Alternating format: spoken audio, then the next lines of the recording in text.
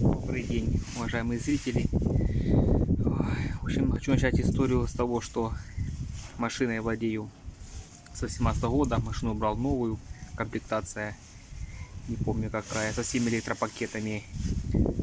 В общем, проблем не было. Последние 2 года, полтора, начал отмечать стуки сзади. И ходил по центрам, хотел определить проблему. Все центры говорили, все хорошо, машина как новая. Пробег на данный момент около 75 тысяч.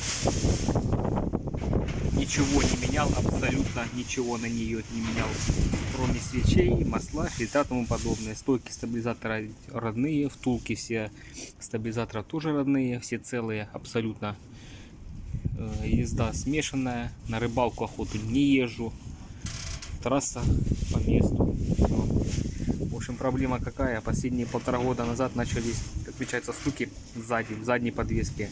Ну, а что сказал уже центры сервисные, сказали, что все хорошо.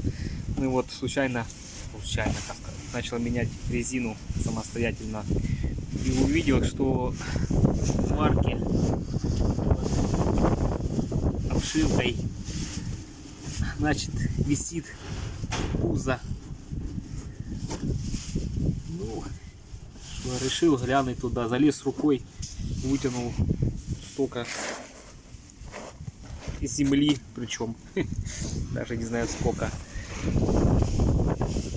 Там сейчас столько же хлама, это только под одним полукрылком.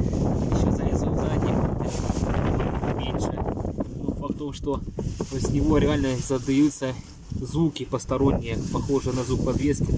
При этом как бы ходовой вообще никакого не имеет отношения. Поэтому такой вот нюанс будет. Берите на заметку, если что.